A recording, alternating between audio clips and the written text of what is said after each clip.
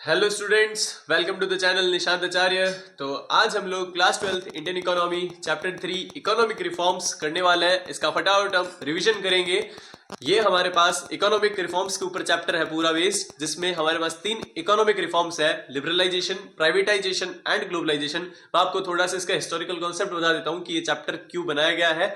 हमारे जो देश था 1991 में, उसकी कुछ इकोनॉमिक कंडीशन बहुत ज्यादा खराब हो गई थी। तो उस समय हमारे respected prime minister PV Narasimha Rao और finance minister late doctor Manmohan Singh ji, इन्होंने बहुत ज्यादा रिसर्च करी और फिर बहुत बढ़िया इकोनॉमिक रिफॉर्म्स या इकोनॉमिक पॉलिसीज इन्वेंट करे, जिसके ऊपर जो पूरे की पूरा है गवर्नमेंट उसने वर्क करा और उसका रिजल्ट भी बहुत पॉजिटिव रहा।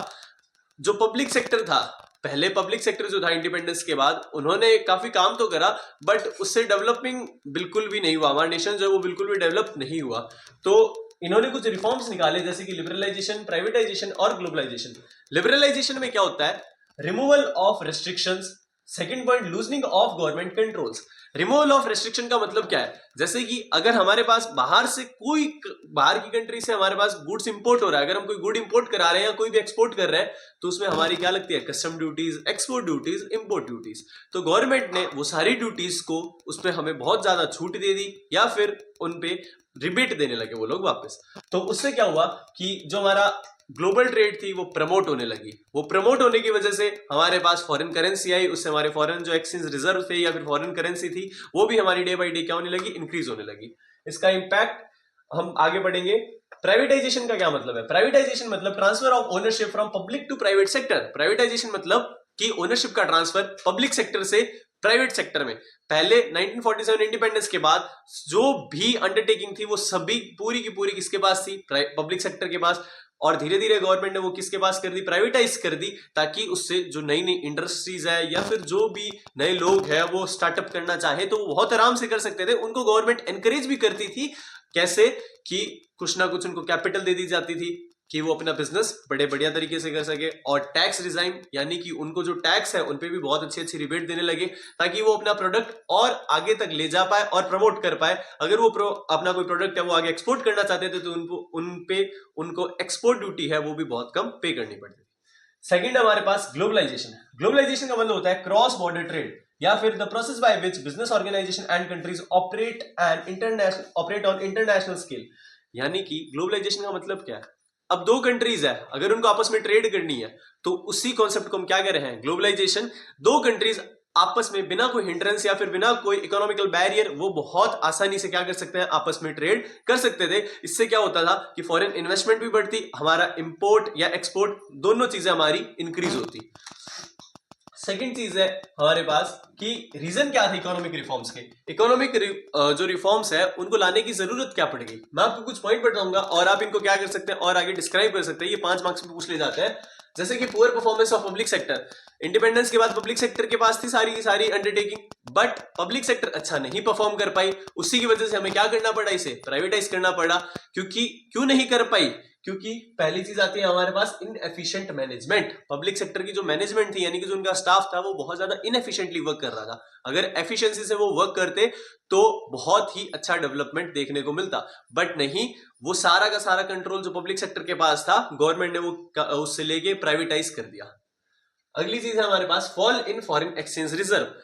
अब अगर मेरे को कोई चीज अमेरिका से खरीदनी है तो मैं उसे डॉलर में ही मुझे पे करना पड़ेगा। अब अगर मुझे डॉलर में पे करना पड़ेगा तो मेरे पास फॉरेन की करेंसी भी तो होनी चाहिए, बट वो करेंसी मेरे पास धीरे धीरे क्या होने लगी? डिक्लाइन होने लगी। तो फिर मुझे नई इकोनॉमिक रिफॉर्म लाने की जरूरत पड़ेगी। तो यहाँ पे इन्होंने बता रखा है कि क्यों इकोनॉमिक रिफॉर्म लाने पड़े, उसका मोस्ट इंपॉर्टेंट रीजन है fall in foreign exchange reserves. अगला पॉइंट है deficit in balance of payment. यानी कि हमारे पास जो इंपोर्ट है, इंडिया के इंपोर्ट्स एक्सपोर्ट से भी ज्यादा होने लगे। इंपोर्ट डे बाई डे क्या हो रहे थे? इंक्रीज हो रहे थे। इंपोर्ट अगर इंक्रीज हो रहे हैं मतलब कि हमारी करेंसी तो बाहर जा रही है, बट बाहर की करेंसी अंदर नहीं आ रही। यानी कि फॉरेन करेंसी का जो इंपोर्ट था वो बहुत ही लो हो गया था। फॉरेन इन्वेस्टमेंट नहीं हो रही थी, तो हमारे इंडियन इकोनॉमी है वो धीरे धीरे क्या हो रही थी? डाउन जा रही है। अब हम देखते हैं कि इंपैक्ट क्या होता है लिबरलाइजेशन का फाइनेंशियल सेक्टर्स पे। Impact of liberalisation on financial sector, जैसे कि change in role of RBI. पहले सारा का सारा जो रेगुलेशन था फाइनेंशियल, वो किसके पास था? आरबीआई के पास था। यानी वही इंटरेस्ट रेट, जो repo rate, reverse repo rate, वही फिक्स करती थी। बट अब ये सारा का सारा हैंड ओवर किसको कर दिया गया? जो फाइनेंशियल बैंक्स थे, फाइनेंशियल जो नए नए इंस्टीट्यूशन थे प्राइवेट सेक्टर के, उनको हैंड ओवर कर दिया गया। तो increase in private sector banks और increase in limit of foreign investment. अब फॉरेन इन्वेस्टमेंट की कोई लिमिट नहीं थी, यानी हमने इंक्रीज कर दी और एक बहुत अच्छी लिमिट रख दी, हमने कोई ज्यादा लिमिट नहीं रखी, हमने उसको क्या कर दिया? इंक्रीज कर दिया, ताकि लोग जो है फॉरेन इन्वेस्टमेंट कर पाए हमारी कंट्री में। उससे क्या होगा? फॉरेन रिजर्व जो है हमारा वो भी इंक्रीज होने लगा।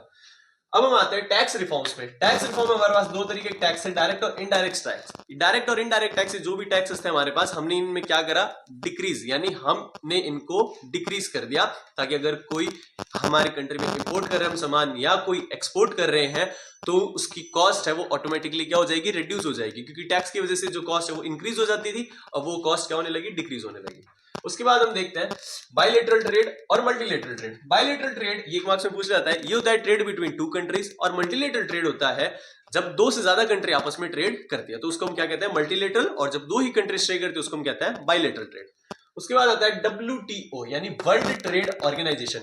इसका बहुत ही ज्यादा रोल था किसमें? इंटरनेशनल स्केल पे जब ट्रेड हो रही थी, तो यानी कि अगर कोई कंट्री है उसके साथ कोई अनफेयर प्रैक्टिसेस हो रही है या कोई डिस्प्यूट है दो कंट्रीज के बीच में ट्रेड से रिलेटेड, तो वो सारा का सारा कौन सॉल्व करता था? WTO यानी वर्ल्ड ट्रेड ऑर्गेनाइजेशन। ये एक हेल्पफुल टूल थी किसके लिए? इंटरनेशनल ट्रेड के लिए। इसका जो एस्टैब्लिशमेंट हुआ था 1 जनवरी 1995 यानी 1 जनवरी 1995, ये रिप्लेस कर रही थी गैट को। हेडक्वार्टर इनके थे जेनेवा स्विट्जरलैंड, और 164 कंट्रीज इसमें इंक्लूडेड थी। अब हमारे पास आता है जीएसटी। जीएसटी जो भी हमारे इनडायरेक्ट टैक्सेस थे उनको, उन सब का ये सम्मेशन था एक तरीके से। जीएसटी का मतलब था वन नेशन वन टैक्स, और ये जितने भी इनडायरेक्ट टैक्सेस थे यानी वैट और जो स्टेट के ऊपर जो टैक्स लगते थे अलग अलग तरीके के, उन सब का ये क्या था? सम्मेशन था जीएसटी। ये पास हुआ था कब? पार्लियामेंट में 29 मार्च 2017। बट ये इफेक्ट में कब आया? Effective from 1 July 2017। और इसका जो मोटिव था, principal motive, one nation one tax, और ये सबमिशन था सारे के सारे इनडायरेक्ट टैक्सेस का। तो हमारे पास जो ये इकोनॉमिक रिफॉर्म्स का चैप्टर है, ये रिवीजन इतना ही था। ये वीडियो हम यहीं पे खत्म करते हैं, और मैं जल्द ही नेक्स्ट रिवीजन सीरीज की जो नेक्स्ट वीडियो है वो जल्दी लेके आऊंगा। अगर आपको वीडियो पसंद आई हो तो लाइक, शेयर और सब्सक्राइब कर दे। Thank you very much.